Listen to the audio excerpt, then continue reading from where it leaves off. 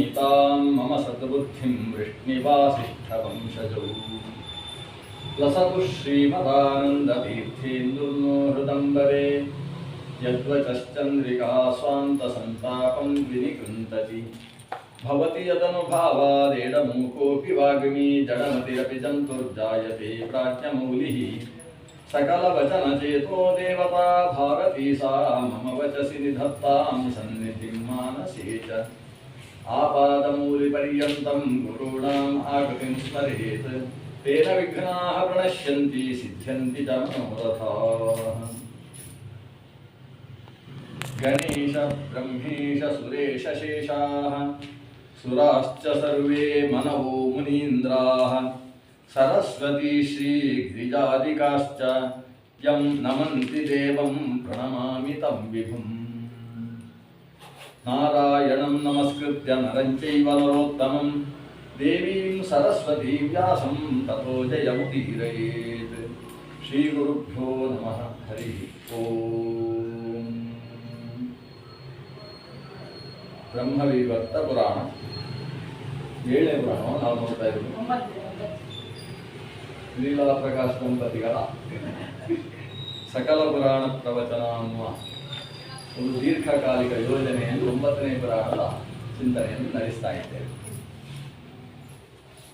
ಬ್ರಹ್ಮವೈವರ್ತದ ಆರಂಭದಲ್ಲಿ ಭಗವಂತ ಶ್ರೀಕೃಷ್ಣ ಮೂಲ ಸ್ವರೂಪಿ, ಆತನಿಂದ ವಿಷ್ಣು ಅನ್ನುವ ರೂಪದ ಪ್ರಕಟೀಭಾವ, ರುದ್ರನ ಪ್ರಕಟೀಭಾವ, ಇದೇ ವಿಷ್ಣುವಿನ ಶರೀರದ ಭಾಗಗಳಿಂದ ಮತ್ತು ರುದ್ರನ ಅವಯವಗಳಿಂದ ನಾನಾ ಥರದ ಸೃಷ್ಟಿಗಳು, ಅವರವರಿಗೆ ವಾಹನಗಳ ಪ್ರಾಪ್ತಿ ಇತ್ಯಾದಿ ವಿಷಯಗಳನ್ನು ಆರಂಭದ 8 ಅಧ್ಯಾಯಗಳಲ್ಲಿ ನಿರೂಪಣೆ ಮಾಡಿದ್ದಾರೆ. ಈಗ 9ನೇ ಅಧ್ಯಾಯದಿಂದ ಆ ವಿಷ್ಣುವಿನ ಮಗನಾದ ಬ್ರಹ್ಮನಿಂದ ನಡೆದ ಸೃಷ್ಟಿ, ಅಂದರೆ ಬ್ರಹ್ಮಕೃತ ಸೃಷ್ಟಿ ನಿರೂಪಣೆ ಇನ್ನು ಆರಂಭ ಆಗ್ತದೆ. ಅಥ ಬ್ರಹ್ಮಾಸಪುತ್ರಾನ್ಸ್ತಾನ್ ಆದಿದೇಶದ ಸೃಷ್ಟಯೇ ಸೃಷ್ಟಿಂ ಪ್ರಚಕ್ರುಸ್ಥೆ ಸರ್ವೇ ವಿಪ್ರೇಂದ್ರ ನಾರದಂ ವಿನಾ. ಚತುರ್ಮುಖ ಬ್ರಹ್ಮ ಸನಕಾದಿಗಳನ್ನು ಸೃಷ್ಟಿಸಿದ.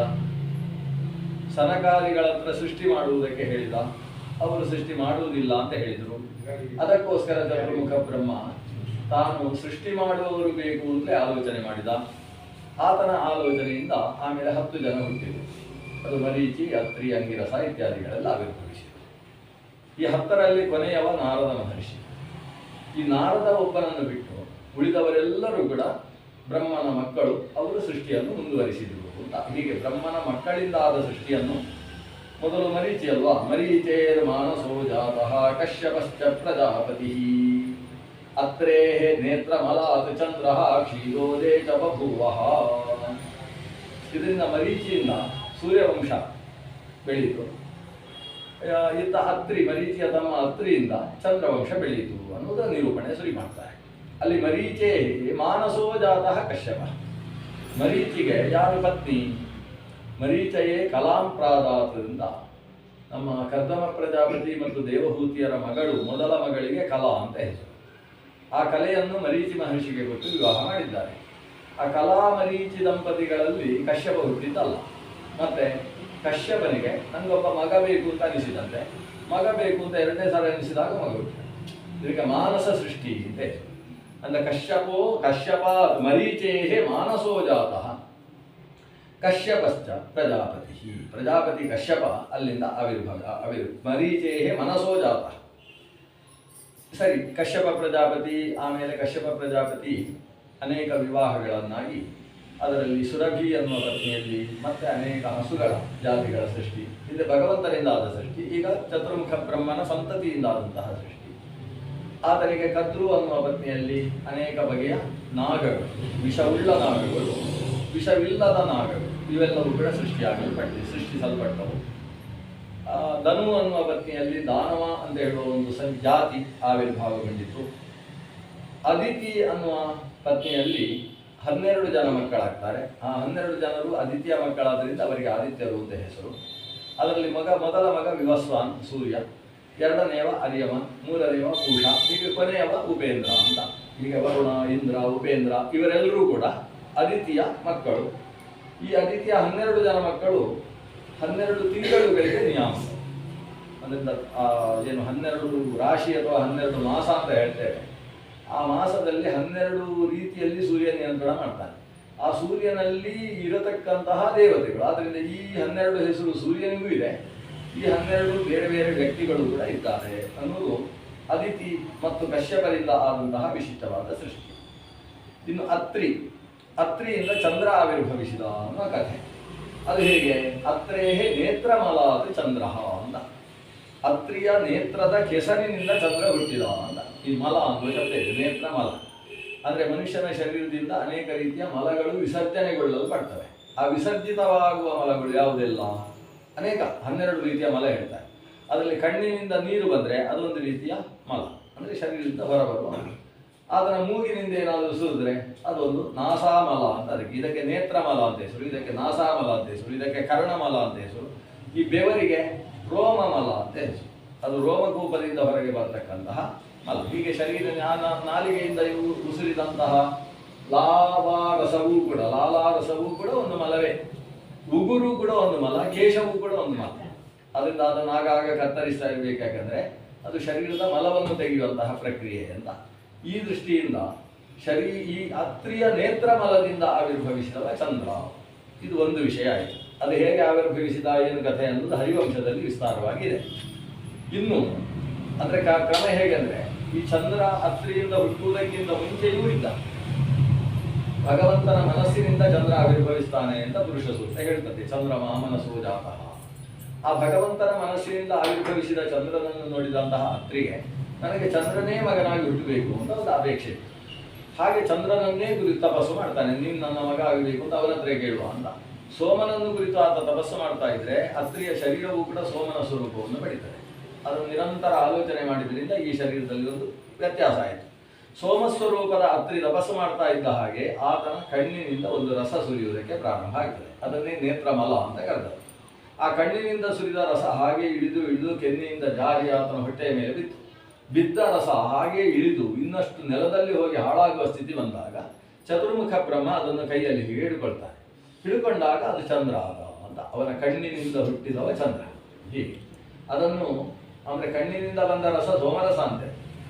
ಬರೀ ರಸ ಅಂದರೆ ಯಾವುದೋ ಮಲ ಅಲ್ಲ, ಅದು ಸೋಮರಸವೇ ಸುರಿದ. ಸೋಮರಸದಿಂದ ನಿರ್ಮಿತನಾದವ ಚಂದ್ರ, ಆದ್ದರಿಂದ ಅವರಿಗೆ ಸೋಮ ಅಂತ ಹೆಸರು. ಅಷ್ಟೇ ಅಲ್ಲದೆ ಸೋಮರಸದ ಅಭಿಮಾನಿಯೂ ಕೂಡ ಚಂದ್ರನೇ, ಆದ್ದರಿಂದಲೂ ಅವ ಸೋಮ. ಚಂದ್ರ ಚತುರ್ಮುಖ ಬ್ರಹ್ಮನಿಂದ ಉದ್ಧತನಾದವ, ಅತ್ರಿಯ ನೇತ್ರದಿಂದ ಹುಟ್ಟಿದವ. ನಾವು ಕೃಷ್ಣಾಷ್ಟಮಿಯ ದಿವಸ ಅರ್ಘ್ಯ ಕೊಡುವಾಗ ಅತ್ರಿ ನೇತ್ರ ಸಮುದ್ಭವ ಅಂತ ಹೇಳ್ತೇವೆ. ಅತ್ರಿಯ ನೇತ್ರದಿಂದ ಹುಟ್ಟಿದವನೇ ಅಂತ.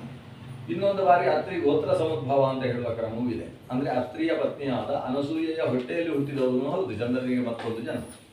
ಹಾಗಾದರೆ ಚಂದ್ರ ಎಷ್ಟು ಬಾರಿ ಹುಟ್ಟಿದ? ಹಿಂದೆ ಭಗವಂತನ ಮನಸ್ಸಿನಿಂದ ಹುಟ್ಟಿದ, ಆಮೇಲೆ ಅತ್ರಿ ನೇತ್ರದಿಂದ ಹುಟ್ಟಿದ, ಅತ್ರಿ ಗೋತ್ರದಲ್ಲಿ ಹುಟ್ಟಿದ, ಇನ್ನೊಮ್ಮೆ ಕ್ಷೀರಸಾಗರ ಮಥನ ಮಾಡುವಾಗ ಅಲ್ಲಿಂದ ಚಂದ್ರ ಹುಟ್ಟುತ್ತಾನೆ. ಅದನ್ನು ಹೇಳ್ತಾರೆ ಕ್ಷೀರೋದೇಶ ಬಭೂವ. ಕ್ಷೀರಸಾಗರದಿಂದಲೂ ಹುಟ್ಟಿದನಷ್ಟೇ ಚಂದ್ರ ಅಂತ. ಚಂದ್ರ ಒಬ್ಬನೇ ಚಂದ್ರ ಸಾಂಶನಾದ್ರಿಂದ ಅನೇಕ ಅಂಶಗಳನ್ನು ಅವತಾರ ಮಾಡ್ತಾನೆ. ಈಗ ದೇವೇಂದ್ರ ದೇವಲೋಕದಲ್ಲಿರುವಾಗಲೇ ಈ ಕಡೆ ಅರ್ಜುನನಾಗಿ ಹುಟ್ಟಲಿಲ್ವಾ? ಇಲ್ಲಿ ಅರ್ಜುನನಾಗಿ ಇದ್ದಾನೆ, ಅಲ್ಲಿ ದೇವೇಂದ್ರನಾಗಿಲ್ವಾ? ಸಾಂಶ ದೇವತೆಗಳಲ್ಲಿ ಏಕಕಾಲದಲ್ಲಿ ಅನೇಕ ರೂಪವನ್ನು ಪಡೆಯುವುದಕ್ಕೆ ಅವಕಾಶ ಇದೆ. ಹಾಗೆ ಚಂದ್ರ ಅನೇಕ ರೂಪದಿಂದ ಆವಿರ್ಭವಿಸಿ ಕೊನೆಗೆ ಒಂದರಲ್ಲಿ ಏಕನಾಗ್ತಾನೆ. ಹಾಗಾಗಿ ಒಂದು ರೂಪದಲ್ಲಿ ಆತ ಕೊನೆಗೂ ತನ್ನನ್ನು ಸೇರಿಸಿಕೊಳ್ತಾನೆ. ಇನ್ನು ಪ್ರಚೇತಾನಿಂದ ಗೌತಮನ ಆವಿರ್ಭಾವ, ಪುಲಸ್ತ್ಯನಿಂದ ಅವನ ವಂಶ ವಿಶ್ವವಸ್ತು ಆವಿರ್ತಾನೆ. ವಿಶ್ವವಸ್ತಿನ ಮಗನಾಗಿ ರಾವಣ, ಕುಬೇರ ಇವರೆಲ್ಲ ಆವಿರ್ಭವಿಸ್ತಾರೆ. ಎಲ್ಲ ಪೌಲಸ್ತ್ಯರು, ಅವರೆಲ್ಲ ಪುಲಸ್ತ್ಯ ವಂಶದವರು. ಇನ್ನು ವೈವಸ್ವತಮನು ಅಂತ ಚತುರ್ಮುಖ ಬ್ರಹ್ಮನಿಗೆ ಮನು ಅಂದರೆ ಸ್ವಯಂಭವನನ್ನು ಆವಿರ್ಭವಿಸಿದ್ದ.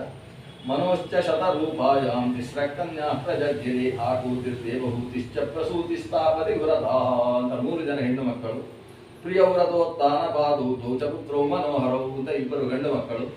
ಇದರಲ್ಲಿ ಆಕೂತಿ ಪ್ರಸೂತಿ ಇತ್ಯಾದಿಗಳಿಂದ ಒಂದು ವಿಶಿಷ್ಟವಾದಂತಹ ಸಂತಾನ ಮುಂದುವರಿಯಿತು. ಅದರಲ್ಲಿ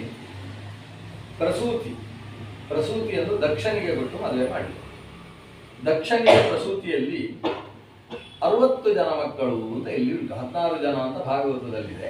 ಅದು ಬೇರೆ ಬೇರೆ ಸಂದರ್ಭದಲ್ಲಿ ಚಾಕ್ಷುಷ ಮನ್ವಂತರದಲ್ಲಿ 16 ಜನ ಮಕ್ಕಳು,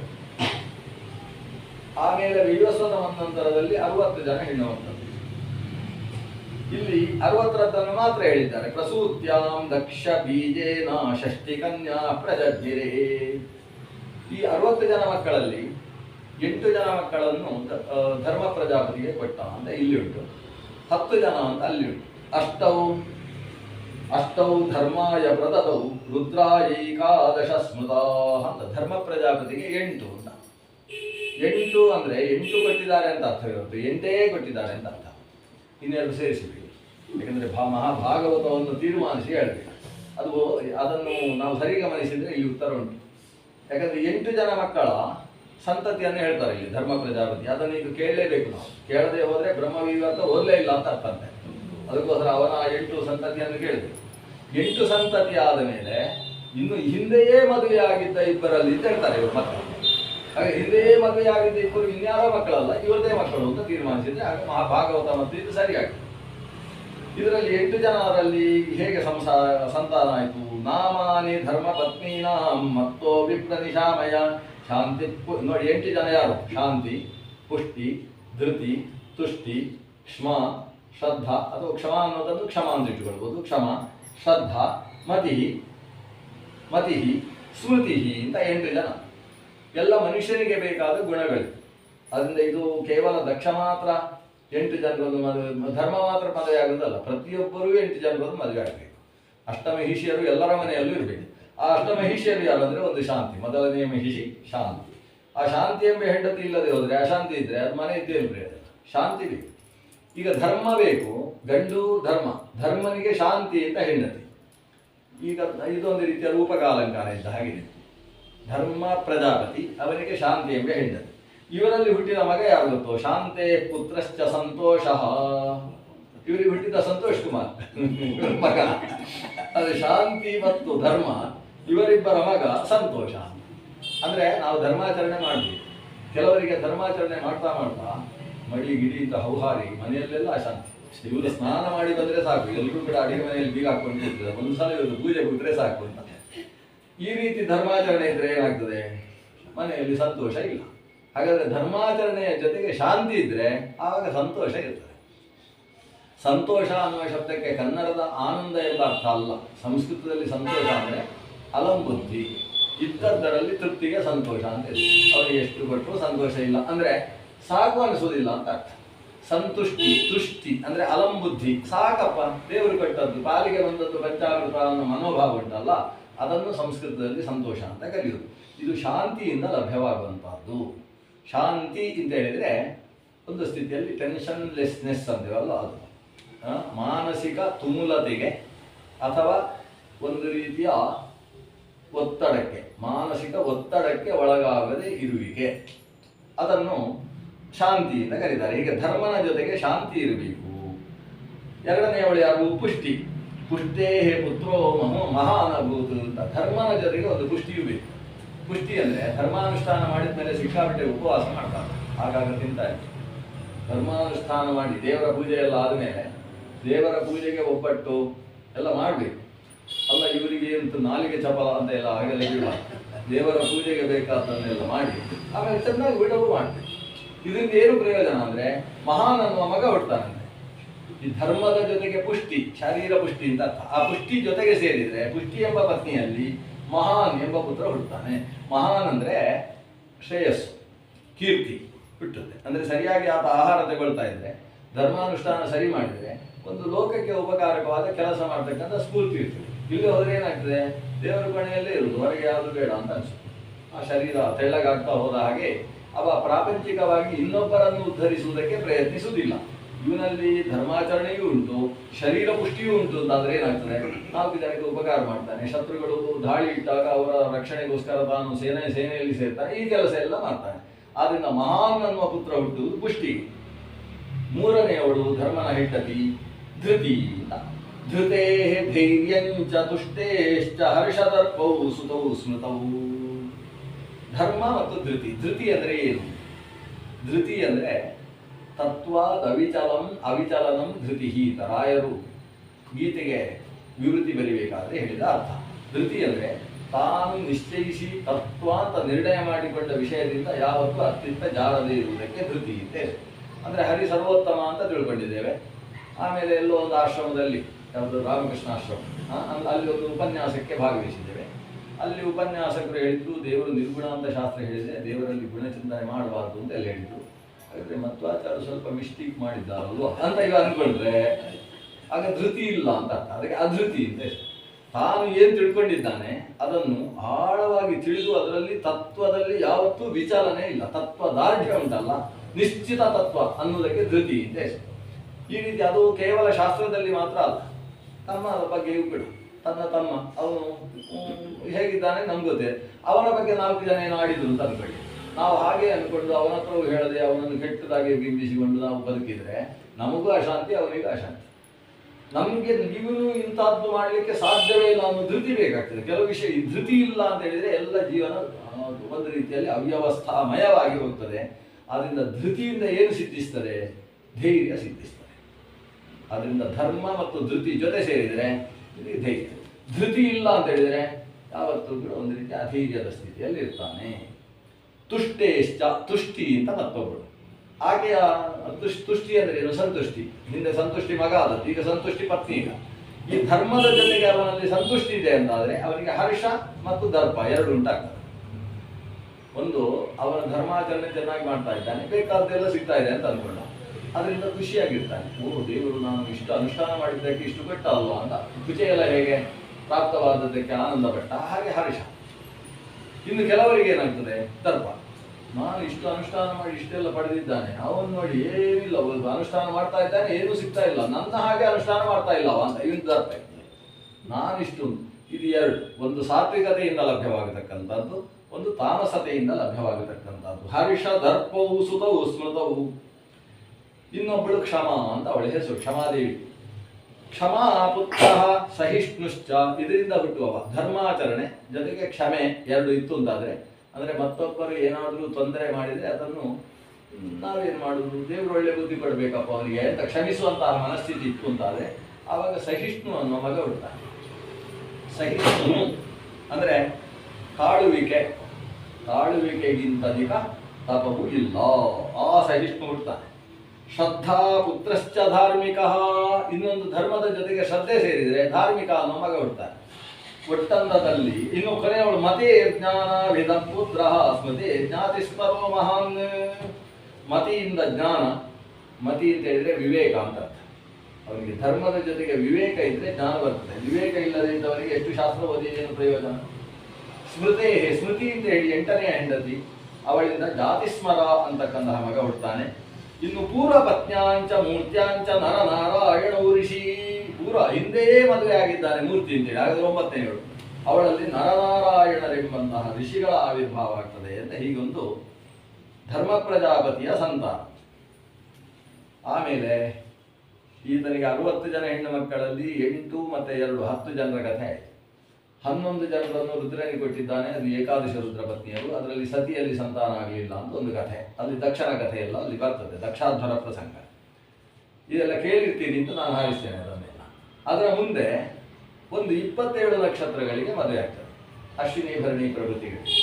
ನಮ್ಮಲ್ಲಿ ಒಂದು ಏನು ಅಂದರೆ ಇಲ್ಲಿ ಗಮನಿಸಬೇಕಾದ ಅಂಶ ವಿಶೇಷ ಏನಿದೆ ಅಂದರೆ, ಈಗ ಅಶ್ವಿನಿ ನಾವು 27 ನಕ್ಷತ್ರದ ಹೆಸರು ಹೇಳ್ತೇವೆ, ಅಶ್ವಿನಿ ಭರಣಿ. ಕೇಳಿದರೆ ಹೇಗಿದೆ? ಅದು ಸ್ತ್ರೀಲಿಂಗ ಇದೆ. ಅದು ಅಶ್ವಿನಿಯಿಂದ ಹೆಣ್ಣು ಮಗಳಿಗೆ ಹೆಸರು ಇಡ್ಬೋದು. ಭರಣಿ ಸರಿ ಇದೆ, ಕೃತಿಕಾ ಸರಿ, ರೋಹಿಣಿ ಸರಿ ಇದೆ. ಮೃಗಶಿರಸ್ ಅಂತುಂಟಲ್ಲ, ಅದು ಹೆಣ್ಣಿನ ಹೆಸರಲ್ಲ. ಮೃಗಶಿರಸ್ ಅನ್ನೋದು ನಪುಂಸಕಲಿಂಗದ ಶಬ್ದ.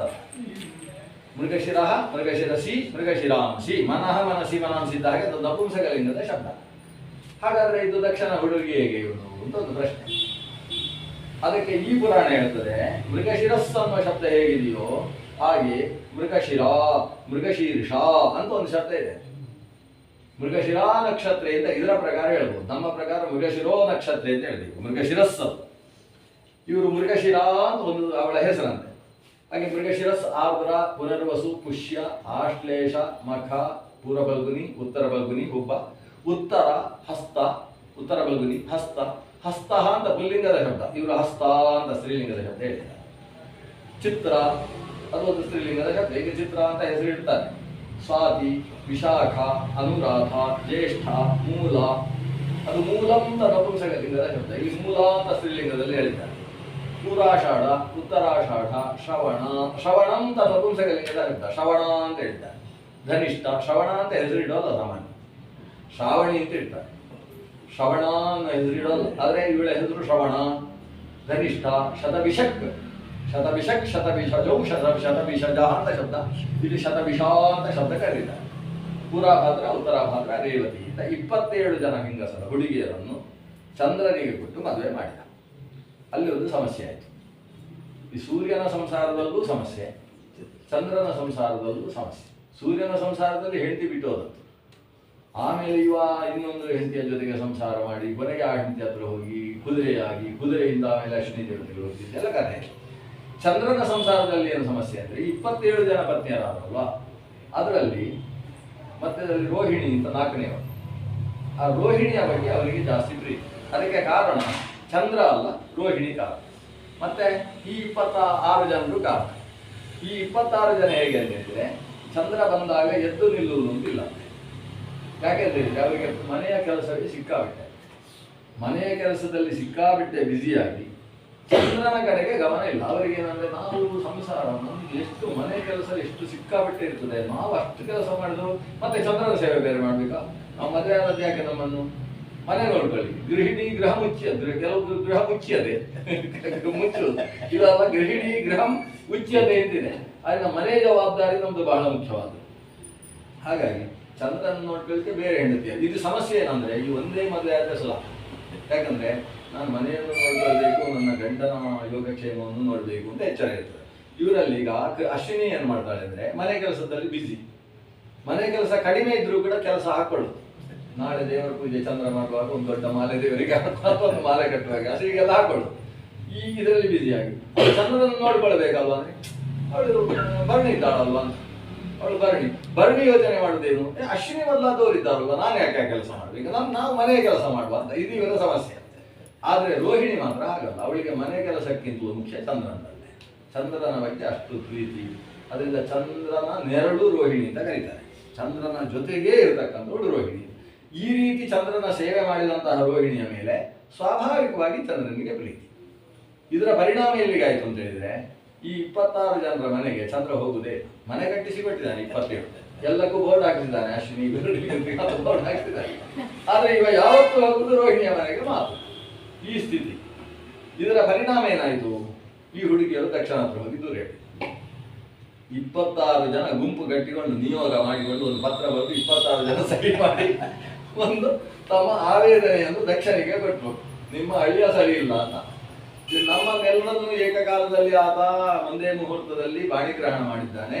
ಆದರೆ ರೋಹಿಣಿಯ ಬಗ್ಗೆ ಮಾತ್ರ ಆಸಕ್ತಿ ತೋರಿಸ್ತಾನೆ. ನಮ್ಮ ಯಾರ ಹತ್ರವೂ ಅದು ಬರ್ತಾ ಇಲ್ಲ ಅನ್ನೋದು ಆಕ್ಷೇಪ ಸಲ್ಲಿಸಿದ್ದಕ್ಕೆ ದಕ್ಷ ಸ್ವಲ್ಪ ಯೋಚನೆ ಮಾಡಬೇಕು ಬೇಡ. ಈ ಮಾವಂದಿರಿಗೆ ತುಂಬ ಜವಾಬ್ದಾರಿ ಇರ್ತದೆ. ಮದುವೆ ಮಾಡಿ ಕೊಟ್ಟ ಮೇಲೆ ತನ್ನ ಮಕ್ಕಳ ಕಡೆಗೆ ಪಾರ್ಶಾಲಿಟಿ ಮಾಡುವ ಹಾಗಿಲ್ಲ. ಇಂಥದ್ದು ಏನು ಬಂದರೂ ಕೂಡ ಅವರನ್ನು ಕರೆದು ವಿಚಾರ ಮಾಡಬೇಕು. ಏನು ಸಮಸ್ಯೆ ನಿಮ್ಮದು ವಿಚಾರ ಮಾಡಿ, ಯಾರ್ದು ತಪ್ಪು ಎಲ್ಲಿ ಅಂತ ಹೇಳಿ ನೋಡಿಕೊಂಡು ತನ್ನ ಮಕ್ಕಳ ಕಡೆಗೆ ಹೆಚ್ಚು ಪಾರ್ಶಾಲಿಟಿ ಮಾಡದೆ ಅಳಿಯನ ಕಡೆಗೆ ಅವರು ಸ್ವಲ್ಪ ನೋಡ್ಬೇಕು. ಆಗ ಮಾತ್ರ ಸಂಸಾರ ಸರಿ ಇರ್ಲಿಕ್ಕೆ ಸಾಧ್ಯ. ಇಲ್ಲಿ ಏನು ಮಾಡಿದ ದಕ್ಷಂದು ಸಮಸ್ಯೆ. ಅಲ್ಲಿ ನೋಡಿ, ಆ ಸೂರ್ಯನರಲ್ಲಿ ಸಮಸ್ಯೆ ಬರಲಿಲ್ಲ. ಸೂರ್ಯನ ಹೆಂಡತಿ ಓಡಿ ಬರ್ತಾಳೆ ಮನೆಗೆ. ಬಿಸಿ ಆಗುದಿಲ್ಲ ನನಗೆ ಅಂತೇಳಿ ಮನೆಗೆ ಬರ್ತಾನೆ. ನೀನು ಗಂಡನ ಹತ್ರ ಕೇಳಿ ಬಂದಿದ್ಯೋ ಇಲ್ಲೋ ಅಂತ ಕೇಳ್ತಾನೆ. ತಕ್ಷಣ ಇಲ್ಲ, ಅಪ್ಪನ ಗಂಡನ ಹತ್ರ ಹೇಳಿಲ್ಲ, ಮನೆಯಲ್ಲಿ ಜಾಗ ಇಲ್ಲ ಅಂತ ಹೇಳಿ ಕಳಿಸಿದ. ಇದು ಅಲ್ಲೇ ಆಗುತ್ತೆ. ಇಲ್ಲಿ ಹಾಗಲ್ಲ. ದಕ್ಷಿಣ ಮನೆಗೆ ಹುಡುಗಿಯರೆಲ್ಲ ಬಂದ್ರ, ಹೌದಾ ನನ್ನ ಅಳಿಯ ಹಾಗೆ ಮಾಡ್ತಾನ ಅಂತ ಹೇಳಿ ಅವನಿಗೆ ಕ್ಷಯರೋಗ ಬರಲಿ ಅಂತ ಶಾಪ. ದಕ್ಷ ಪ್ರಜಾಪತಿ ಇವನ ಹಾಗೆ, ಶುಕ್ರಾಚಾರ್ಯನ ಹಾಗೆ. ಶುಕ್ರಾಚಾರ್ಯನ ಹೆಂಡತಿ ಮಗಳು ಯಾರು? ದೇವಯಾನಿ. ದೇವಯಾನಿಯನ್ನು ಯಯಾತಿಗೆ ಮದುವೆ ಮಾಡಿ ಕೊಟ್ಟಿದ್ದಾನೆ. ಅದೇ ಸಪ್ಪು. ಅವನು ಬ್ರಾಹ್ಮಣ. ಕ್ಷತ್ರಿಯನಿಗೆ ಮಗಳನ್ನು ಮದುವೆ ಮಾಡಿ ಕೊಟ್ಟ. ಅದಕ್ಕೆ ಏನೋ ಅನೇಕ ಕಾರಣಗಳಿರಲಿ. ಹಿಂದೆ ಕಚನ ಜೊತೆಗೆ ಮದುವೆ ಮಾಡಬೇಕು ಅಂತಿದ್ದು, ಕಚ ಬಿಟ್ಟು ಹೋಗಿ ಎಡವಟ್ಟು ಹುಡುಗಿ ದೇವಯಾನಿ ಕೊನೆಗೆ ಯಯಾತಿಯ ಜೊತೆಗೆ ಮದುವೆ ಮಾಡಿಕೊಟ್ಟ ಅಂತಾಯ್ತು. ಯಯಾತಿಗೆ ಮದುವೆ ಮಾಡಿದ ಮೇಲೆ ಯಯಾತಿ ಒಳಗೊಳಗೆ ಗಾಂಧರ್ವ ವಿವಾಹ ಮಾಡಿಕೊಂಡ ಶರ್ಮಿಷ್ಠೆಯನ್ನು. ಶರ್ಮಿಷ್ಠೆಯ ಜೊತೆಗೆ ವಿವಾಹ ಆದದಕ್ಕೆ ಇವಳು ಓಡಿ ಬಂದು ಅಪ್ಪನ ಹತ್ರ ದೂರು ಕೊಟ್ಟು. ಅಪ್ಪ ಏನು ಮಾಡಿದ? ಮುಪ್ಪು ಬಂದು ಹೋಗಲಿಲ್ಲ. ಇಲ್ಲೂ ಅದೇ ರೀತಿಯ ಸಮಸ್ಯೆ ಆಗುವುದು ಯಾರಿಗೆ? ಮಕ್ಕಳಿಗೆ ಸಮಸ್ಯೆ. ಈ ಸಮಸ್ಯೆ ಇಲ್ಲೆಲ್ಲ ಮಕ್ಕಳಿಗೆ ಬಂತಂತೆ. ಈ ಮಕ್ಕಳಿಗೆ ಈ ಸಮಸ್ಯೆ ಆಯ್ತಾ? ಸಮಸ್ಯೆ ಆದಾಗ ಈ ಶುಕ್ರನೇ ಯೋಚನೆ ಮಾಡಿದ, ಅದು ನಾನು ಅವಸರದಲ್ಲಿ ಶಾಪ ಕೊಟ್ಟುಬಿಟ್ಟೆ. ಆದರೆ ಮಕ್ಕಳಿಗೆ ಈಗ ಗಂಡ ಕ್ಷಯರೋಗ ಅಂತ ಹೇಳಿದರೆ ದಿವಸ ದಿವಸ ದಿವಸ ಇಳಿತಾನೆ ಇದ್ದಾನೆ. ಈಗ ಚಂದ್ರ ಇಳಿದು ಇಳಿದು ಎಲ್ಲಿಗೆ ಬಂದ ಅಂತ ಹೇಳಿದರೆ, ಪೂರ್ಣನಾಗಿದ್ದ ಚಂದ್ರ ಚೌತಿ ಚಂದ್ರಕ್ಕೆ ಬಂದ. ಚೌತಿ ಚಂದ್ರಕ್ಕೆ ಬರುವಾಗ ಇವರಿಗೆ ಇನ್ನು ಬದುಕ್ತೇನೋ ಇಲ್ಲೋ ಅಂತ ಸಂಶಯ ಇದೆ ಚಂದ್ರನಿಗೆ. ಸೀದಾ ಓಡುವುದಕ್ಕೆ ಶುರು ಚಂದ್ರ. ಓಡಿ ಹೋಗಿ ಕೈಲಾಸಕ್ಕೆ ಹೋಗಿ ರುದ್ರದೇವರಿಗೆ ನಮಸ್ಕಾರ ಮಾಡಿ, ನನಗೆ ಕ್ಷಯರೋಗ ಬಂದಿದೆ ಸ್ವಾಮಿ, ಏನೋ ಅಂತ ಅನುಗ್ರಹ ಮಾಡಿ. ಯಾಕಂದರೆ ಕ್ಷಯರೋಗವನ್ನು ನಿಯಂತ್ರಿಸ್ತಕ್ಕಂಥ ರುದ್ರ. ರುಜಂ ದ್ರಾವಯತೆ ಇತಿ ರುದ್ರ, ರೋಗವನ್ನು ಓಡಿಸುವನಾದ್ರಿಂದ ರುದ್ರ ಅಲ್ವಾ. ಆಯ್ತು, ಈ ರೋಗವನ್ನು ಓಡಿಸಬೇಕು ಸ್ವಾಮಿ ಅಂತ ಯೋಚಿಸಬೇಡ, ಇನ್ನು ನಿನಗೆ ಕ್ಷಯ ಬರುವುದಿಲ್ಲ ಅಂತ ಹೇಳಿದ. ಅವರಿಗೆ ತನ್ನ ಮೈಯಲ್ಲಿದ್ದ ಭಸ್ಮವನ್ನು ಅವನಿಗೆ ಪೂಸಿದ. ಆದರೆ ಭಸ್ಮ ಹಾಕಿದರೆ ಕ್ಷಯರೋಗ ಹೋಗುತ್ತೆ ಅಂತ ಅರ್ಥ. ಭಸ್ಮ ಪೂಸಿ ಅವನನ್ನು ತೆಗೆದು ತನ್ನ ಮುಡಿಯಲ್ಲಿಗೆ ಸೇರಿಸಿಕೊಂಡ. ಅಂತೂ ರುದ್ರನಿಗೂ ಒಂದು ಅನುಕೂಲ ಏನಾಯಿತು ಅಂತ ಹೇಳಿದ್ರೆ, ಒಂದು ಚಂದ್ರಶೇಖರ ಆದವ. ಯಾವಾಗ ಈ ರುದ್ರನ ಶಿರಸ್ಸಿನಲ್ಲಿ ಚಂದ್ರ ಸೇರಿಕೊಂಡ, ಆಮೇಲೆ ಚಂದ್ರನಿಗೆ ಕ್ಷಯ ಇಲ್ಲ. ಅವನು ಎಷ್ಟಿದ್ದಾನೋ ಅಷ್ಟೇ, ಅದಕ್ಕಿಂತ ದೊಡ್ಡದು ಆಗುದಿಲ್ಲ, ಸಣ್ಣದು ಆಗುದಿಲ್ಲ. ಆದ್ರಿಂದ ರುದ್ರನಲ್ಲಿ ಹುಣ್ಣಿಮೆ ದಿವಸ ಹೀಗೆ ಚಂದ್ರ ಬರೆಯುವುದು, ಅಮಾವಾಸ್ಯೆ ದಿವಸ ಖಾಲಿ, ಇದೆಲ್ಲ ಇಲ್ಲ. ಅಂತೂ ಅವರ ಆ ಚತುರ್ಥಿಯ ತನಕ ಬಂದಿದ್ದ ಚಂದ್ರನನ್ನು ರುದ್ರ ಶಿರದಲ್ಲಿ ಧಾರಣೆ ಮಾಡಿದ. ಇದ್ದ ಏನಾಯಿತು, ಚಂದ್ರ ಗಂಡ ಎಲ್ಲಿದ್ದಾನೆ ಅಂತೇಳಿ 27 ಜನಕ್ಕೂ ಗೊತ್ತಿಲ್ಲ. ಅವರೆಲ್ಲ ತವರು ಮನೆಯಲ್ಲಿದ್ದಾರೆ. ತವರು ಮನೆಯಲ್ಲಿ ಹುಡುಕಿಸುವ ಕೆಲಸ ಶುರುವಾಯಿತು. ದಕ್ಷ ಪ್ರಜಾಪತಿಯ ಮೂಲಕ ತನ್ನ ಸೇವಕರಿಂದ ಹುಡುಕಿಸುವುದು, ಚಂದ್ರ ಎಲ್ಲಿದ್ದಾನೆ. ಅವನಿಗೆ ಏನಾದರೂ ಔಷಧ ಮಾಡಿ ಆದರೂ ಉಶಾಪ ಬಿಟ್ಟಾದರೂ ಅವನನ್ನು ಸರಿ ಮಾಡಬೇಕು, ಇಲ್ಲದೆ ಹೋದರೆ ನಮ್ಮ ಮಕ್ಕಳಿಗೆ ಏನು ಗತಿ ಅಂತ ವಿಚಾರ ಮಾಡ್ತಾ ಇದ್ದಾರೆ. ಎಲ್ಲಿಯೂ ಸಿಗುವುದಿಲ್ಲ ಚಂದ್ರ. ಕೊನೆಗೆ ದಕ್ಷ ಸೂರ್ಯನ ಹತ್ರ ಕೇಳಿ. ಸೂರ್ಯ ಸರ್ವಚಕ್ಷು ಅಲ್ವಾ, ಸರ್ವತಶ್ಚಕ್ಷು, ಎಲ್ಲ ಕಡೆ ಗೊತ್ತು ಅವನಿಗೆ.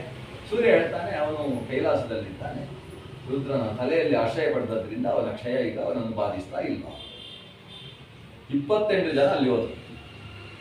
28 ಜನ ಯಾರು? ಈ 26 ಜನ ಅವರ ಅಪ್ಪ ಅಮ್ಮ ಇಬ್ಬರು, ಅಂದರೆ ಪ್ರಸೂತಿ ಮತ್ತು ದಕ್ಷ. ಇವರಿಷ್ಟೂ ಜನ ಕೈಲಾಸಕ್ಕೆ ಹೋಗಿ ರುದ್ರನನ್ನು ಭಾರಿ ಸ್ತೋತ್ರ ಮಾಡ್ತಾರೆ. ರುದ್ರ ಪ್ರಸನ್ನನಾಗ್ತಾನೆ, ಅವರಿಗೆ ಪ್ರತ್ಯಕ್ಷ ಕಾಣಿಸಿಕೊಳ್ತಾನೆ. ಕಾಣಿಸಿಕೊಂಡಾಗ ದಕ್ಷ ಕೇಳ್ತಾನೆ, ನನ್ನ ಮಕ್ಕಳಿಗೆ ಒಂದು ಅನುಗ್ರಹ ಆಗಬೇಕು, ತಮ್ಮ ತಲೆಯಲ್ಲಿದ್ದದ್ದನ್ನು ಬಿಡಿಸಿಕೊಳ್ಬೇಕು. ಅದಕ್ಕೆ ರುದ್ರ ಹೇಳ್ತಾನೆ, ನಾನು ತಲೆಯಲ್ಲಿದ್ದದ್ದನ್ನು ಯಾರ ತಲೆಗೂ ಕೊಡಬೇಕು. ನೀವು ತಲೆಗೆ ಹಾಕ್ತಿರೋ ಕಾಲಿಗೆ ಹಾಕ್ತಿರೋ ಅಂತ ತೀರ್ಮಾನ ಏನು? ಯಾಕಂದ್ರೆ ಇಷ್ಟು ಒಳ್ಳೆಯ ಚಂದ್ರ, ಇಷ್ಟು ಒಳ್ಳೆ ಹುಡುಗ ಚಂದ್ರ, ಆ ಚಂದ್ರನಿಗೆ ನೀವು ಶಾಪ ಕೊಟ್ಟು ಇಷ್ಟು ತೆಳ್ಳಗೆ ಮಾಡಿ ಹಾಕಿದ್ದೀರಲ್ವ. ಅವನು ನನ್ನ ಶಿರಸ್ಸಿನಲ್ಲಿ ಹೀಗೆ ಇರಬೇಕು, ಪಕ್ಕದಲ್ಲಿ ಗಂಗೆ, ಈ ಕಡೆಗೆ ಚಂದ್ರ. ಇವೆರಡು ಇತ್ತು ಅಂತಾದರೆ ಚಂದ್ರನಿಗೂ ಕೂಡ ಹಾಕಲಾದ, ಗಂಗೆ ಪಕ್ಕದಲ್ಲಿದ್ದಾಳೆ, ಗಂಗೆಗೂ ಕೂಡ ಹಾಕಲಾದ, ಚಂದ್ರನ ತಂಪು ಹಾಕಲಿದೆ. ಎರಡೂ ಸೇರಿ ನನಗೆ ಹಾಕಲಾದ, ಯಾಕಂದರೆ ವಿಷದ ಬಿಸಿತ ಆಗೋಲ್ಲ. ಅವರಿಗೆ ವಿಷದ ಬಿಸಿ ಜಾಸ್ತಿ ಆಗ್ತದೆ. ಆ ವಿಷಕ್ಕೆ ಈ ಎರಡು ತಂಪುಗಳು, ತಂಪಾದ ಚಂದ್ರ, ತಂಪಾದ ಗಂಗೆ ಎರಡು ಇದ್ದದ್ರಿಂದ ನನಗೆ ಹಾಕಲಾದ. ಆದರೆ ಇದನ್ನು ಬಿಡ್ಲಿಕ್ಕೆ ಆಗುದಿಲ್ಲ. ಆಗ ದಕ್ಷ ಪ್ರಜಾಪತಿ ಹೇಳ್ತಾನೆ, ಹಾಗಾದ್ರೆ ನೀವು ಬಿಡುವುದು ಬೇಡ, ತೆಗಿತೇನೆ ನಾನು. ನೀವು ಬಿಡುವುದಿಲ್ಲ ಅಂತಾದರೆ ನಾನು ತೆಗಿತೇನೆ. ನಾನು ತೆಗೆದ ಮೇಲೆ ನೀವು ಬಿಡಬಾರ್ದು, ಹೀಗೊಂದು ವ್ಯವಸ್ಥೆ ಮಾಡುವ. ಅದು ಹೇಗೆ ಅಂತ ಈಗ ರುದ್ರ ಸರಿ ಹಾಗಾದ್ರೆ ಆತ ಸ್ಥಾನವಾಗಿ ತಾನು ಪದ್ಮಾಸನ ಹಾಕಿ ಕೂತಾಗ ದಕ್ಷ ಪ್ರಜಾಪತಿ ಹೋಗಿ ತಲೆಗೆ ಕೈ ಹಾಕಿ ಚಂದ್ರನ ತೆಗೆದ. ಚಂದ್ರನನ್ನು ತೆಗೆದ್ರೆ ಪೂರ್ತಿ ಚಂದ್ರ ಬಂದಂತೆ.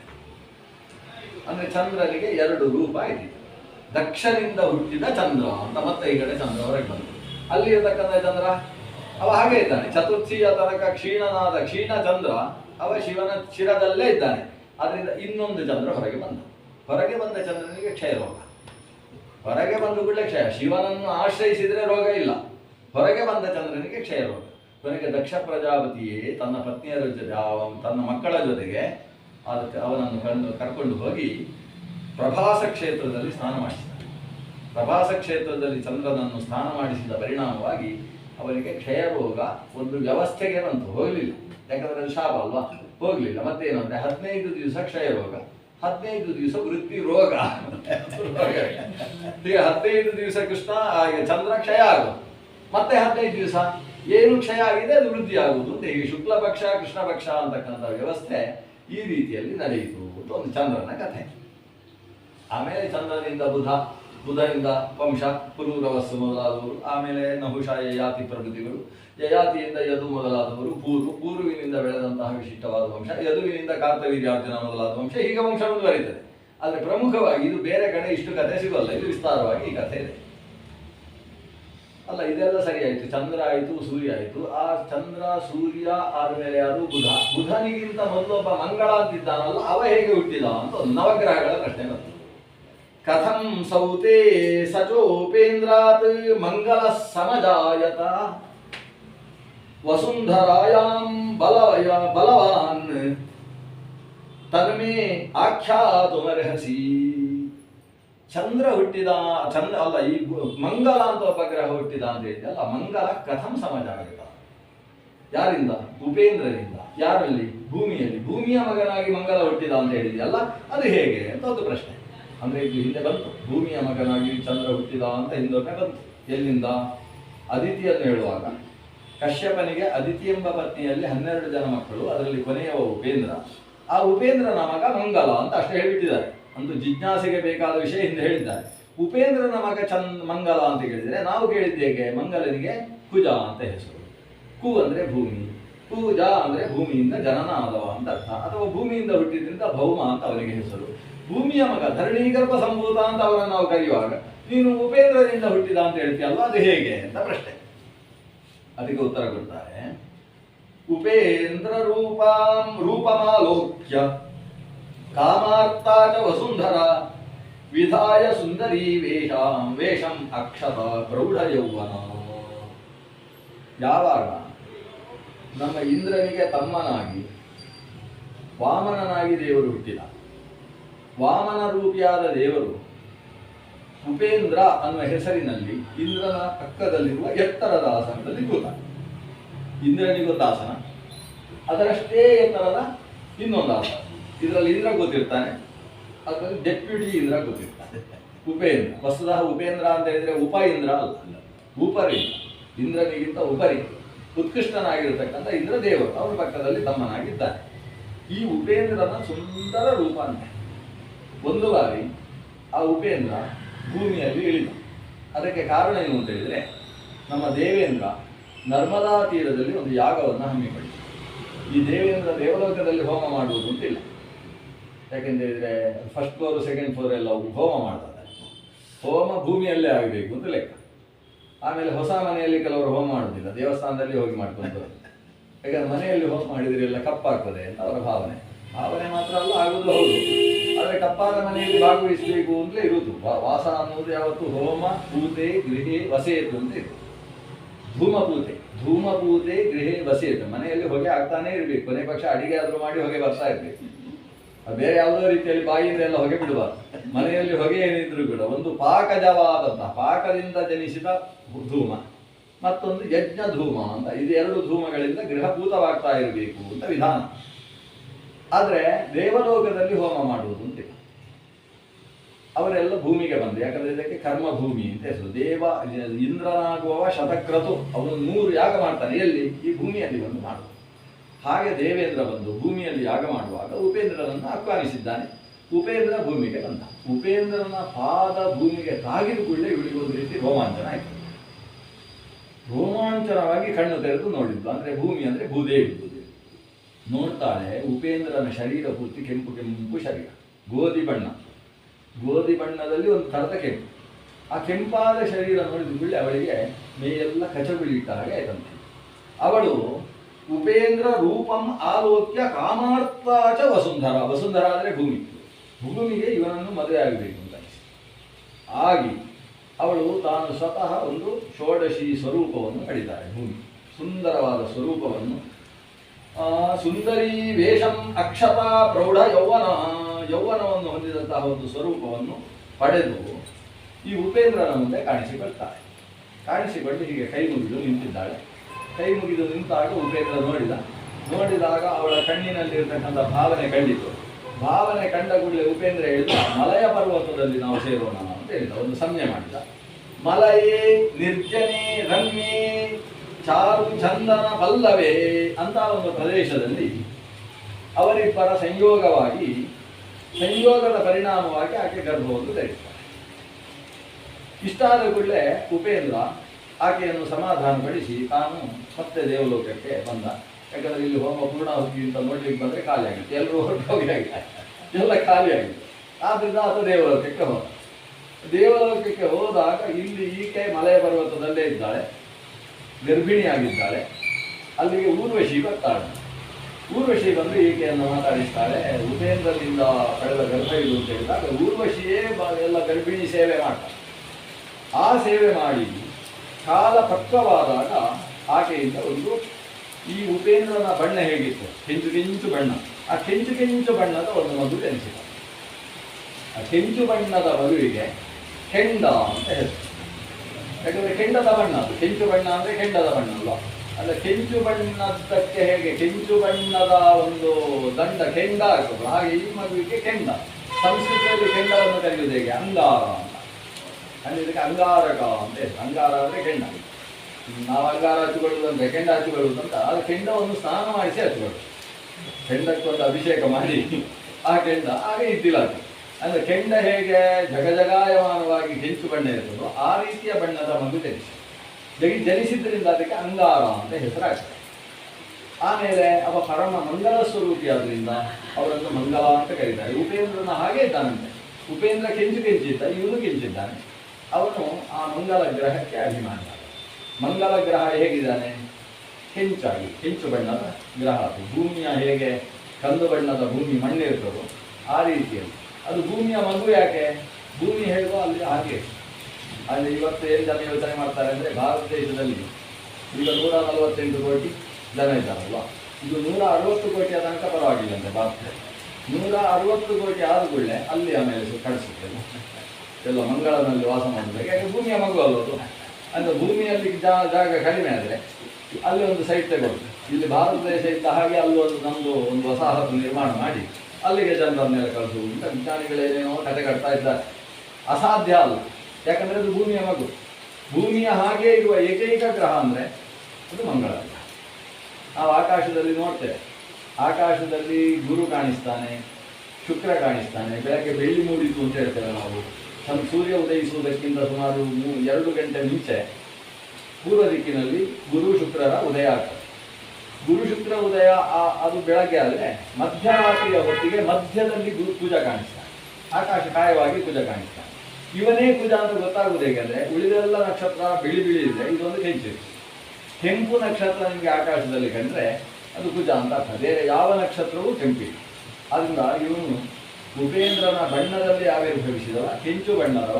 ಅವನನ್ನು ಮಂಗಲ, ಅಂಗಾರ, ಕುಜ, ಭೌಮ ಮೊದಲಾದ ಶಬ್ದಗಳಿಂದ ಕರೀತಾರೆ ಅಂತ. ಹೀಗೆ ಕುಜನ ಆವಿರ್ಭಾವ.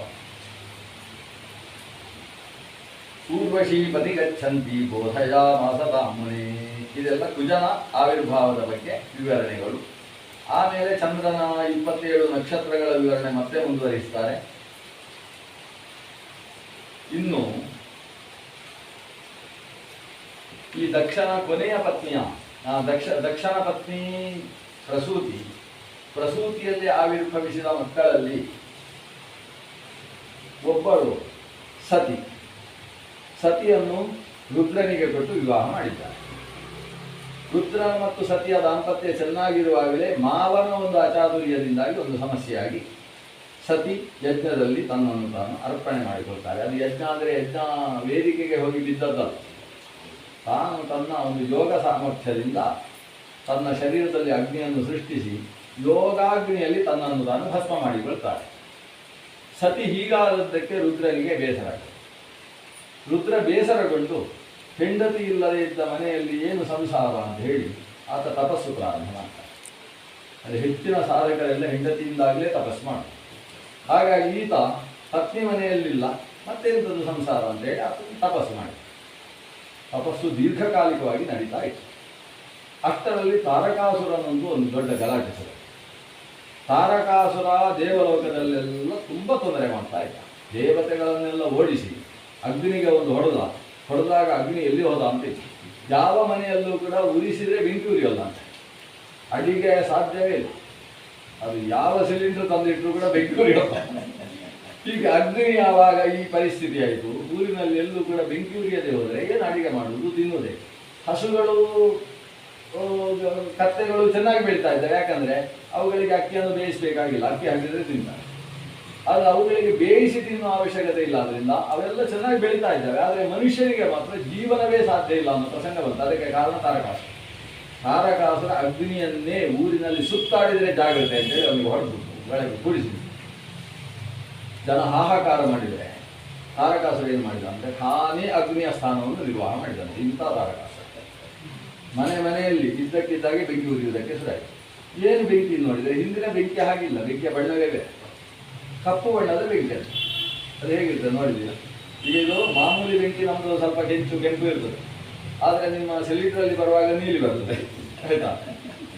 ಇದು ಹಾಗಲ್ಲ, ಇದು ಕಪ್ಪು ಬಣ್ಣದ ಬೆಂಕಿ. ಅಂದರೆ ಅದು ನೀಲಿ ಕಪ್ಪು ಆದರೆ ಸ್ವಲ್ಪ ಸ್ವಲ್ಪ ತಾಮಸ ಅಂತ ಅರ್ಥ. ಅದರ ಬಣ್ಣ ಕೆಂಚು ಇದ್ರೇನೆ ಅದು ಶುದ್ಧ. ಅದಕ್ಕಿಂತಲೂ ಬಂಗಾರದ ಬಣ್ಣದ ಬೆಂಕಿ ಶುದ್ಧ ಬೆಂಕಿ. ಅದು ಬಂಗಾರದ ಬಣ್ಣದ ಬೆಂಕಿಯಲ್ಲಿ ಈ ಬಣ್ಣ ಇರಬೇಕು. ಈ ಸಂಪಿಗೆ ಬಣ್ಣದ ಬೆಂಕಿಯಲ್ಲಿ ಅಡಿಗೆ ಮಾಡಬೇಕು. ಅದು ಮಾಡಬೇಕಾದ್ರೆ ಚೆನ್ನಾಗಿ ಒಣಗಿದ ಹಲಸಿನ ಕಟ್ಟಿಗೆಯಲ್ಲಿ ಅಡಿಗೆ ಮಾಡಬೇಕು. ಆವಾಗ ಅದು ಬಂಗಾರದ ಬಣ್ಣದ ಬೆಂಕಿ ಬರುತ್ತೆ. ಯಾಕಂದರೆ ಹಲಸು ಕೂಡ ಬಂಗಾರದ ಬಣ್ಣ. ಹಲಸಿನ ಅದಕ್ಕೋಸ್ಕರ ಯಜ್ಞದಲ್ಲಿ ಯಾವ ಕಟ್ಟಿಗೆ ಹಾಕಬೇಕು ಅಂತ ಪ್ರಶ್ನೆ. ಕಟ್ಟಿಗೆ ಸೌದೆ ಎಲ್ಲೊಂದೇ ಅಲ್ವಲ್ಲ. ಯಜ್ಞದಲ್ಲಿ ಬಳಸುವ ಇಂಧನ ಯಾವುದಿರಬೇಕು? ಸಮಿದ್ವಿಹಿ ಕ್ಷೀರಿನಾಂ ಅಥ ಅಂತ ಆಚಾರ್ಯ ಹೇಳ್ತಾರೆ. ಯಾವ ಗಿಡದಿಂದ ಎಲೆಯನ್ನು ಕತ್ತರಿಸಿದರೆ ಹಾಲು ಸುರಿಯುತ್ತೋ ಆ ವೃಕ್ಷದ ಇಂಧನವನ್ನು ಬಳಸಬೇಕು. ನಮಗೆ ಪ್ರಸಿದ್ಧವಾಗಿರುವಂಥದ್ದು ಎಕ್ಕೆ ಮತ್ತು ಹಲಸು. ಹಲಸಿನ ತೆಗೆದರೆ ಅದರಿಂದ ಹಾಲು ಸುರಿಯುತ್ತೆ. ಆದ್ದರಿಂದ ಹಲಸು ಮತ್ತು ಎಕ್ಕೆ ಇದು ಅದನ್ನು ಹಾಕಿದರೆ ಬರುವ ಅದರ ಬಣ್ಣವೇ ಬೇರೆ. ಅದು ಬಂಗಾರದ ಬಣ್ಣದಲ್ಲಿ ಬೆಂಕಿ ಉರಿಯುತ್ತೆ. ಆ ಬಣ್ಣದ ಬೆಂಕಿಯಲ್ಲಿ ಮಾಡಿದ ಅಡಿಗೆಯ ರುಚಿಯೇ ಬೇರೆ. ಆ ಬಣ್ಣಕ್ಕೆ ಅಷ್ಟು ಮಹತ್ವ ಇದೆ. ಆ ಬಣ್ಣದ ಬೆಂಕಿಯಲ್ಲಿ ಅಡಿಗೆ ಮಾಡಬೇಕು. ಇಲ್ಲ ಕೆಂಚು ಬಣ್ಣದ ಬೆಂಕಿಯಲ್ಲಿ ಅಡಿಗೆ ಮಾಡಬೇಕು. ಇಲ್ಲ ಕೆಂಪು ಬಣ್ಣದ ಬೆಂಕಿಯಲ್ಲಿ ಅಡಿಗೆ ಮಾಡಬೇಕು. ನೀಲಿ ಬಣ್ಣದ ಬೆಂಕಿಯಲ್ಲಿ ಅಡಿಗೆ ಮಾಡಿದರೆ ಅದು ತಾಮಸ. ಕಪ್ಪು ಬಣ್ಣದ ಬೆಂಕಿಯಲ್ಲಿ ಮಾಡಿದರೆ ಹೇಳಬೇಕು ಇದು ಕಪ್ಪು ಬಣ್ಣದ ಬೆಂಕಿ. ಮನೆಯಲ್ಲಿ ಇವರು ಹೋಮ ಮಾಡಲಿಕ್ಕೆ ಹಾಕಿದ್ರು ಕೂಡ ಕಪ್ಪು ಬಣ್ಣದ ಬೆಂಕಿ. ಹೀಗೆ ಒಂದು ಸಲ ಬಹುಶಃ ಹೊಗೆ ಬರ್ತಿತ್ತು ಅನ್ಸುತ್ತೆ.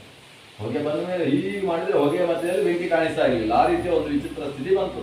ಇದಕ್ಕೆ ಕಾರಣ ತಾರಕನೇ ಅಗ್ನಿ ಸ್ಥಾನದಲ್ಲಿ ನಿಂತು ಲೋಕದ ವ್ಯವಹಾರ.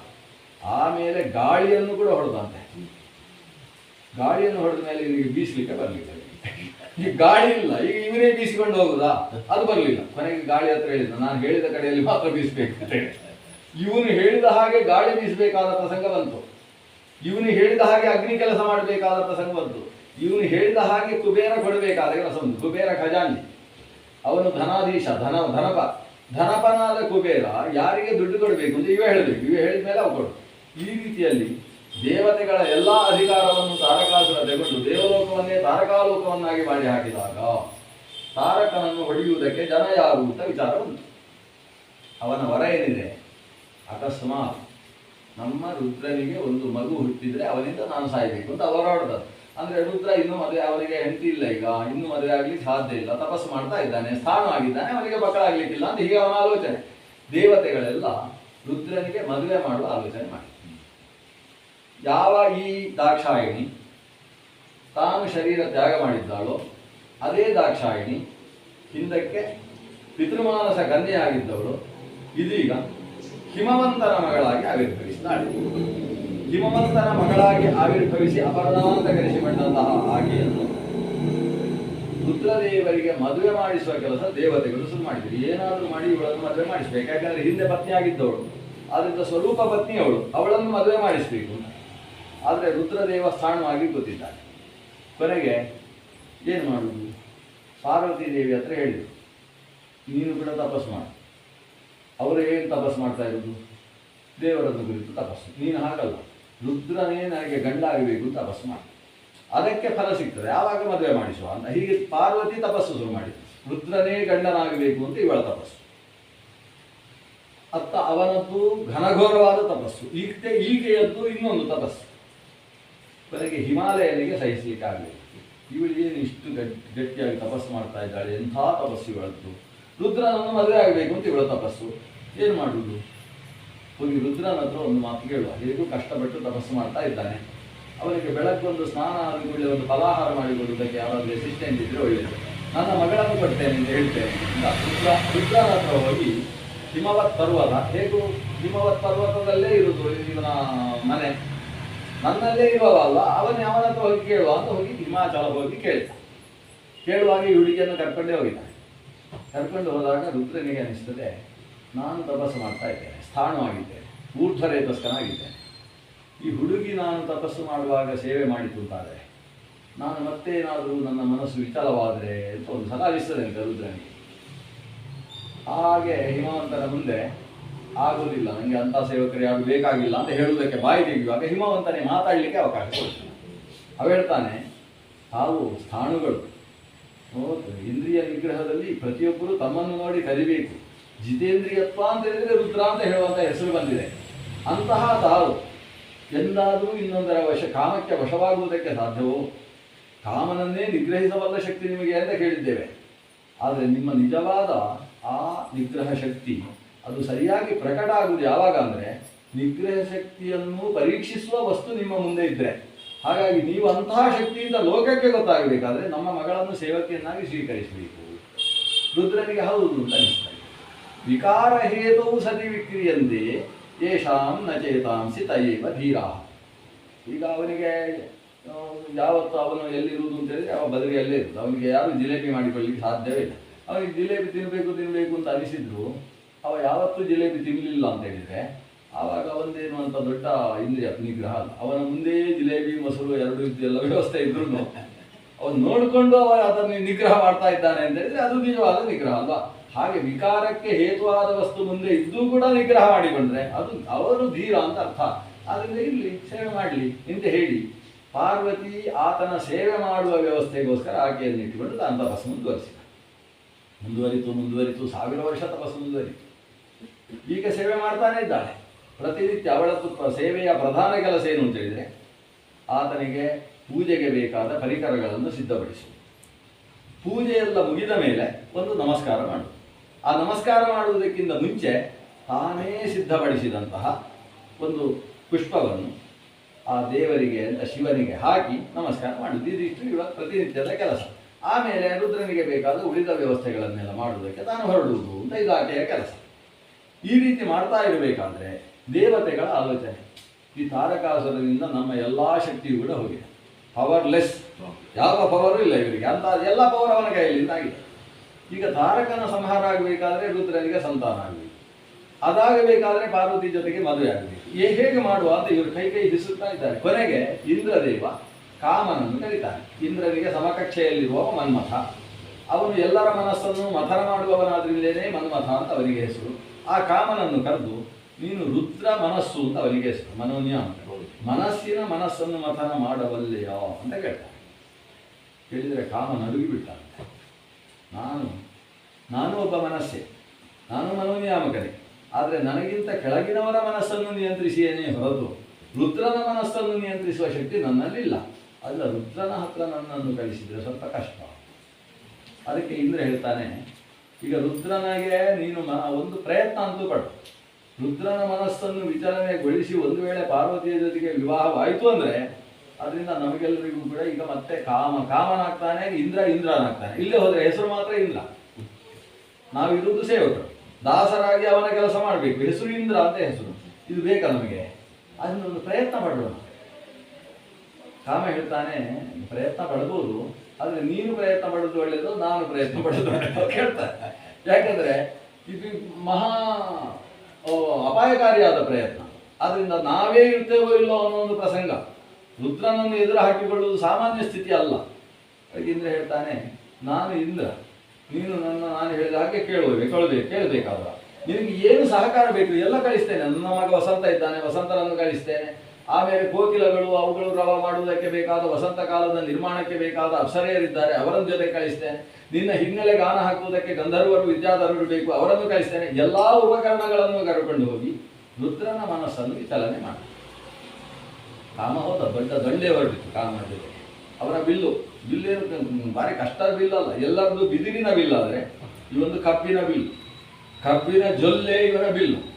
ಆ ಬಿಲ್ಲಿಗೆ ಹಾಕಿದ ಜ್ಯಾ ಅಂದ್ರೆ ಹೆದೆ, ಅದಕ್ಕೆ ಹಾಕಿದ ಹಗ್ಗ ಸಾಮಾನ್ಯವಾಗಿ ಎಲ್ಲರಲ್ಲೂ ಕೂಡ ಪ್ರಾಣಿಯ ನರಗಳಿಂದ ನಿರ್ಮಿಸಿದಂತಹ ನಾರ ಇದ್ರೆ ಇವೊಂದು ಹಾಗಲ್ಲಂತೆ, ಮಲ್ಲಿಗೆಯ ಮಾಲೆಯೇ ಅದರ ಜ್ಯಾ. ಆದರೆ ಕಬ್ಬಿನ ಬಿಲ್ಲಿಗೆ ಮಲ್ಲಿಗೆ ಮಾಲೆ, ಅದು ಮಂಗಳೂರು ಮಲ್ಲಿಗೆ, ಸುಮಾರು 500 ರೂಪಾಯಿಗೆ ಒಂದು ಬಟ್ಟೆ ಸಿಗಲ್ಲ. ಆ ಮಲ್ಲಿಗೆಯ ಮಾಲೆ ನವಮಲ್ಲಿಕ, ಅದನ್ನು ಹಾಕಿರತಕ್ಕಂಥ ಒಂದು ಬಿಲ್. ಆ ಬಿಲ್ಲಿನ ಜೊತೆಗೆ ಇವನ ಹತ್ರ ನೋಡಿದರೆ 5 ಬಾಣಗಳು ಯಾವುದು ಅಂತ ಹೇಳಿದ್ರೆ ಬಿದಿರಿನಿಂದ ಮಾಡಿ ತುದಿಯಲ್ಲಿ ಶಿಲಿಮುಖ ಅಂದ್ರೆ ಕಬ್ಬಿಣದ ಚೂಪ್, ಕಬ್ಬಿಣದ ತುದಿಯನ್ನು ಸೇರಿಸಿದ ಬಾಣ ಯಾವುದೂ ಇಲ್ಲ. ನೋಡಿದರೆ ಅರವಿಂದಂ ಅಶೋಕಂಚ ಚೂತಂಚ ನವಮಲ್ಲಿಕ. ಇವನಲ್ಲಿರೋದು ನೀಲೋತ್ಪಲಂಚ ಪಂಚೈತೆ ಪಂಚಬಾಣಸ್ಯ ಸಹಾಯಕ ಅಂತ.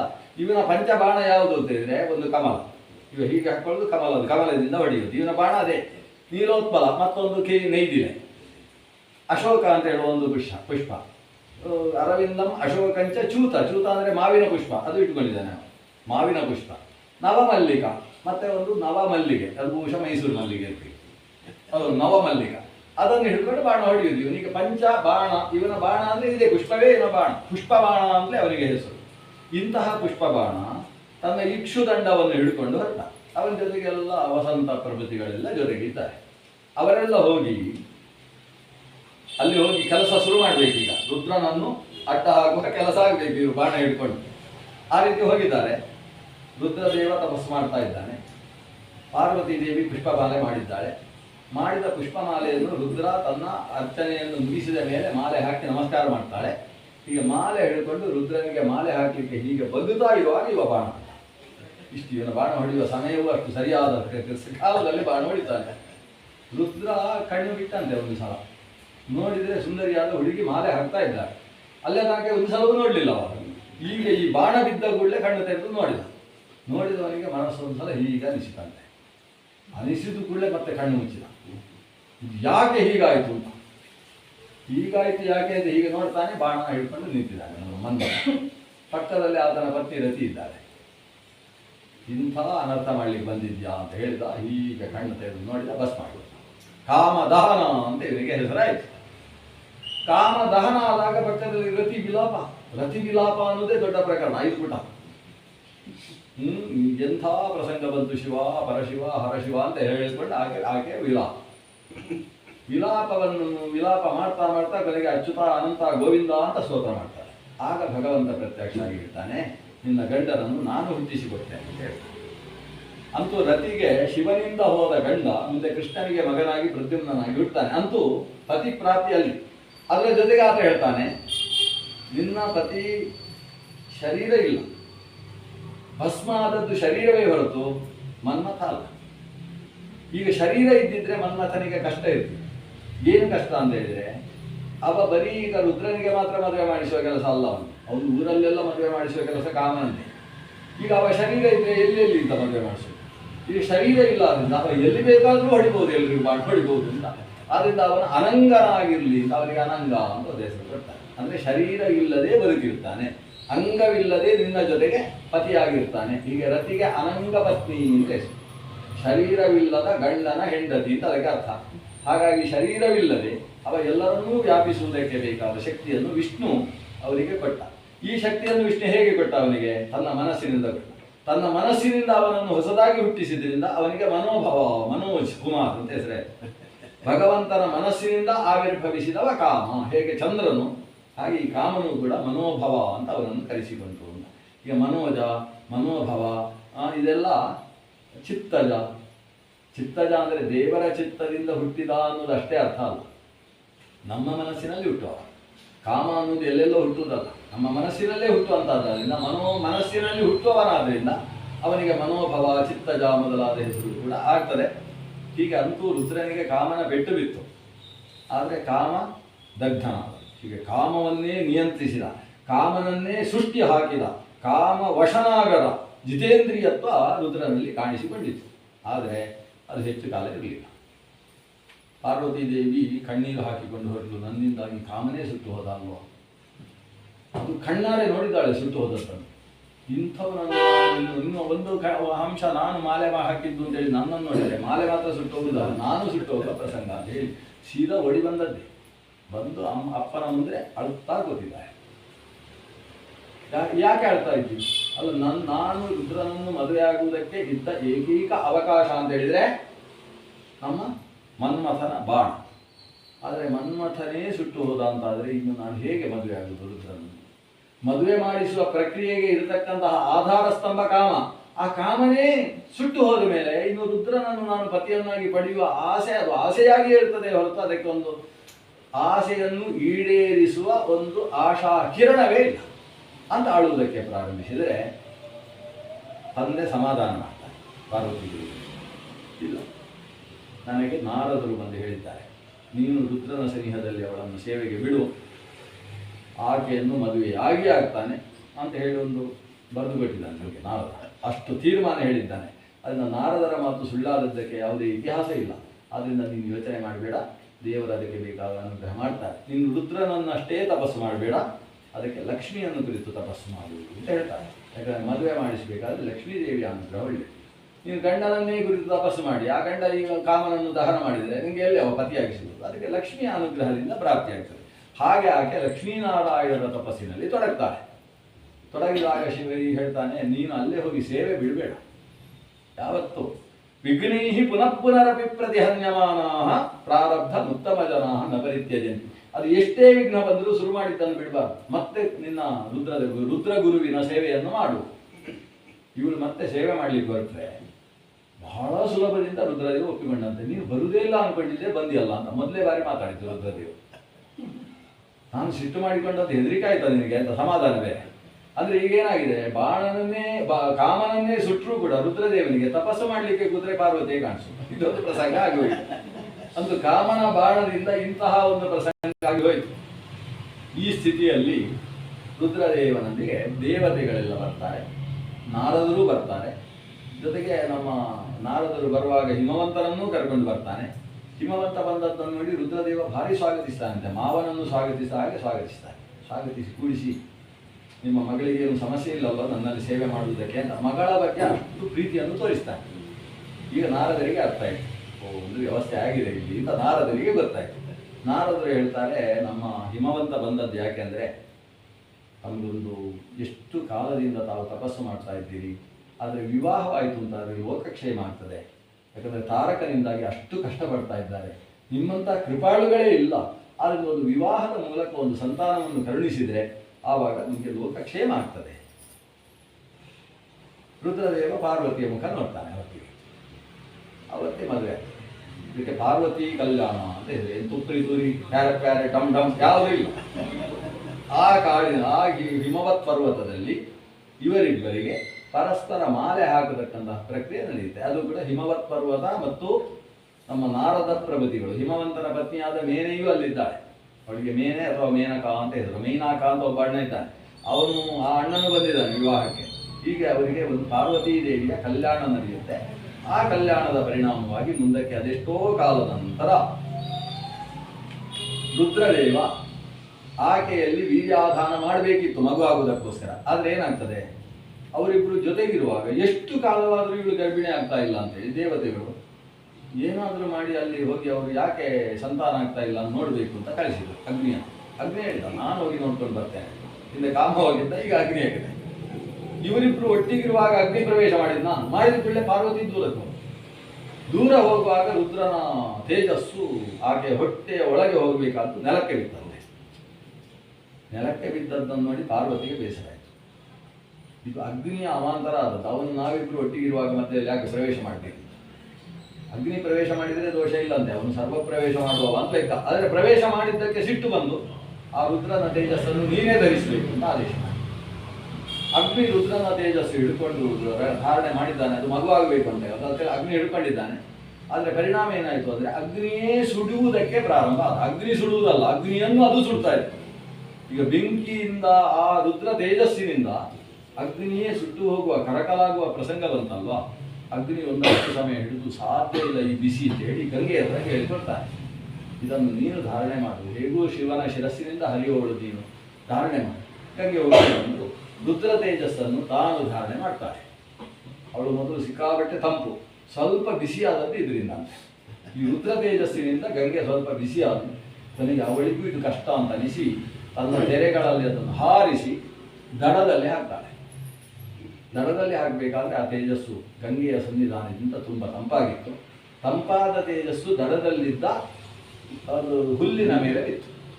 ಯಾವ ಹುಲ್ಲದು? ದರ್ಭ, ಕುಶ, ಶರ, ಶರಾಸ, ಕುಶಾರಾಸ ಅಂತ ಶರ ಅಂತ ಒಂದು ಹುಲ್ಲಿದೆ. ಅದಕ್ಕೆ ಶರದ ಮೇಲೆ ಬಿತ್ತು. ಶರ ಎಂಬ ಹುಲ್ಲು ದರ್ಭೆಯ ಹಾಗೆ ತುಂಬ ಚೂಪಾದ ಹುಲ್ಲು, ಆ ಹುಲ್ಲಿನ ಮೇಲೆ ಬಿತ್ತು. ಅದು ಶರ ವನದಲ್ಲಿ ಬಿದ್ದ ಹುಲ್ಲ ಏನು ಬಿತ್ತಲ್ಲ, ಬಿದ್ದದ್ದೇ ದಡ ಅಲ್ಲೊಂದು ಮಗುವಾಗಿದೆ. ಹೀಗೆ ಅಗ್ನಿಭೂ ಅಂತ ಆ ಮಗುವಿಗೆ ಹೆಸರು. ಯಾಕಂದ್ರೆ ಮೊದಲು ಅಗ್ನಿಯ ಕೈಯಲ್ಲಿ ಬೆಳೆದದ್ದು. ಆಮೇಲೆ ಸ್ಕಂದ ಅಂತ ಹೆಸರು, ಯಾಕಂದ್ರೆ ರುದ್ರನಿಂದ ಜಾರಿದ್ದು, ಸ್ಕಂದ ಅಂದ್ರೆ ಜಾರಿದ್ದು ಅಂತ, ಅದಕ್ಕೆ ಜಾರಿದವ ಅಂತಲೇ ಒಂದು ಹೆಸರು, ಅವನಿಗೆ ಸ್ಕಂದ ಅಂತ ಹೆಸರು, ಸ್ಕಂದನಾಥ ಸ್ಕಂದ. ಈಗ ಶರವಣದಲ್ಲಿ ಹುಟ್ಟಿದ್ರಿಂದ ಶರವಣ ಭವ ಅಥವಾ ಶರಜನ್ಮ ಅಂತ ಅವನಿಗೆ ಹೆಸರು. ಅಲ್ಲೊಂದು ಮಗು ಹುಟ್ಟಿದ ಮಗು ಅದಕ್ಕೆ ಹಾಲು ಕುಡಿಯುವುದು ಹೇಗೆ ಪ್ರಸಂಗ, ಈಗ ಸಮಸ್ಯೆ. ಆಗ ಕೃತಿಕಾದೇವಿಯರು 6 ಜನ ಇದ್ದಾರೆ. 6 ಜನ ಕೃತಿಕೆಯರು ಬಂದು ಹಾಲು ತೆಗುವಂತ ಹಾಲು ಕೊಡ್ತಾ ಇದ್ದಾರೆ. ಒಂದು ಬಾಯಿಗೆ 6 ಹಾಲು ಕುಡಿಯುವುದು ಹೇಗೆ, ಇದಕ್ಕೆ ಇವ 6 ಬಾಯಿ ಮಾಡ್ಕೊಂಡಾಗ ಅವರಿಗೆ ಷಣ್ಮುಖ ಷಡಾನನ ಅಂತ ಹೆಸರಾಯಿತು. ಕೃತಿಕೆಯರ ಹಾಲು ಕೊಡ್ತದ್ರಿಂದ ಕಾರ್ತಿಕೇಯ ಅಂತ ಹೆಸರಾಯಿತು. ವೀನತೆಯ ಮಗನಿಗೆ ವೇನತೆಯ ಅಂತ ಹೆಸರಾದ ಹಾಗೆ ಕೃತಿಕಾದೇವಿಯರ ಹಾಲು ಕುಡಿದು ಬೆಳೆದ ಮಗು ಆದ್ರಿಂದ ಕಾರ್ತಿಕೇಯ ಅಂತ ಹೆಸರಾಗ್ತದೆ. ಆ ಮಗು ಅಲ್ಲಿ ಆಟ ಆಡುವುದಕ್ಕೆ ಏನಾದರೂ ಬೇಕಂದ್ರೆ, ಈಗ ಶರವಣದಲ್ಲಿ ಅಷ್ಟೊತ್ತಿಗೆ ಕುಬೇರ ಬಂದವ ಒಂದು ಕೋಳಿ ಹಿಡ್ಕೊಂಡು ಬರ್ತಾನೆ, ಇವನಿಗೆ ಆಟ ಆಡಿ. ಒಂದು ಕೋಳಿ ಮತ್ತೊಂದು ನವಿಲು ಮತ್ತು ಕೋಳಿಗಳು ಎರಡನ್ನು ಹಿಡ್ಕೊಂಡು ಇವನು ಆಟ ಆಡ್ತಾನೆ. ಆಗ ಮಯೂರ ವಾಹನ ಅಂತ ಹೆಸರಾಗ್ತದೆ ಅವನಿಗೆ. ನವಿಲನ್ನು ವಾಹನವನ್ನಾಗಿಟ್ಟುಕೊಳ್ತಾನೆ. ಕೋಳಿಗೆ ಕುಕ್ಕುಟದ ಜೊತೆಗೆ ಆಟ ಆಡಿದ್ರಿಂದ ಅವನಿಗೆ ಕುಕ್ಕುಟ ಪ್ರಿಯ ಅಂತ ಒಂದು ಹೆಸರು. ಕುಕ್ಕುಟ ಅಂದ್ರೆ ಕೋಳಿಯ ಜೊತೆಗೆ ಆಟ ಆಡ್ತಾ ಇದ್ದಾನೆ, ಅದರಿಂದ ಕೋಳಿ ಅವನಿಗೆ ಬಹಳ ಇಷ್ಟ ಅಂತ. ಇಂತಹ ಹುಡುಗ ಅವನಿಗೆ 7 ದಿವಸ ಆಗುವಾಗ ದೇವತೆಗಳೆಲ್ಲ ಬಂದು ಅವನ ಕೈಯಲ್ಲಿ ಒಂದು ಈಟಿ ಕೊಡ್ತಾರೆ. ಒಂದು ಶಕ್ತಿ ಆಯುಧವನ್ನು ಕೊಟ್ಟು, ನೀನು ನಮ್ಮ ದೇವಸೇನೆಗೆ ನಾಥನಾಗಬೇಕು ಅಂತ ಹೇಳಿ ದೇವಸೇನಾಧಿಪತಿಯನ್ನಾಗಿ ಅವನನ್ನು ನಿಯೋಜನೆ ಮಾಡ್ತಾರೆ. ಮೇಲೆಲ್ಲ ಕೆಂಪು ಬಣ್ಣದ ಶರೀರ, ಕುಂಕುಮ ರಕ್ತ ವರ್ಣ ಅಂತೇವೆ. ಆ ಕುಂಕುಮ ರಕ್ತ ವರ್ಣನಾದಂತಹ ಆತನನ್ನು ದೇವಸೇನಾಧಿಪತಿಯನ್ನಾಗಿ ಅವರು ನಿಯೋಜನೆ ಮಾಡಿದರೆ, ಇವ ದೇವಸೇನಾಧಿಪತಿಯಾಗಿ ತಾರಕಾಸುರ ಸಂಹಾರ ಮಾಡಿದ್ದರಿಂದ ತಾರಕಾರಿ ಅಂತ ಅವನಿಗೆ ಹೆಸರಾಯಿತು ಅಂತ. ತಾರಕನನ್ನು ಸಂಹಾರ ಮಾಡಿ ಎಲ್ಲ ವೇದವನ್ನು ರಕ್ಷಣೆ ಮಾಡಿದ, ಬ್ರಾಹ್ಮಣ್ಯವನ್ನು ರಕ್ಷಣೆ ಮಾಡಿದ, ಬ್ರಾಹ್ಮಣ್ಯದಲ್ಲಿ ಓದಬೇಕಾದ ಶಾಸ್ತ್ರದ ರಕ್ಷಣೆ ಮಾಡಿದ. ಅದಕ್ಕೆ ಬ್ರಹ್ಮಣ್ಯವನ್ನು ರಕ್ಷಣೆ ಮಾಡಿದ್ರಿಂದ ಸುಬ್ರಹ್ಮಣ್ಯ ಅಂತ ಹೆಸರಾಯಿತು. ಹೀಗೆ ಅನೇಕ ನಾಮಗಳಿಂದ ಪ್ರಥಿತನಾದಂತಹ ಶಿವಸುತ ಈ ಪಾರ್ವತೀ ದೇವಿಯ ಮೂಲಕ ಆವಿರ್ಭವಿಸಿದವ ಅಂತ. ಇದು ದಕ್ಷನ ಮಕ್ಕಳ ಕಥೆ. ಈಗ ದಕ್ಷನ ಮಕ್ಕಳ ಕಥೆ, ಇದರ ಜೊತೆಗೆ ಇವತ್ತು ಕಥೆಯನ್ನು ಅನುಸಂಧಾನ ಉಪಸಂಹಾರ ಮಾಡೋಣ. ಮತ್ತೆ ನಾಳೆಯ ದಿವಸ ಒಂದು ಉಪನ್ಯಾಸ ಇಲ್ಲ, ನಾಡಿದ್ದು ಮುಂದಿನ ಕಥಾನಕವನ್ನು ಮತ್ತೆ ಶ್ರವಣ ಮಾಡೋಣ. ಶ್ರೀಕೃಷ್ಣಾರ್ಪಣಮಸ್ತು.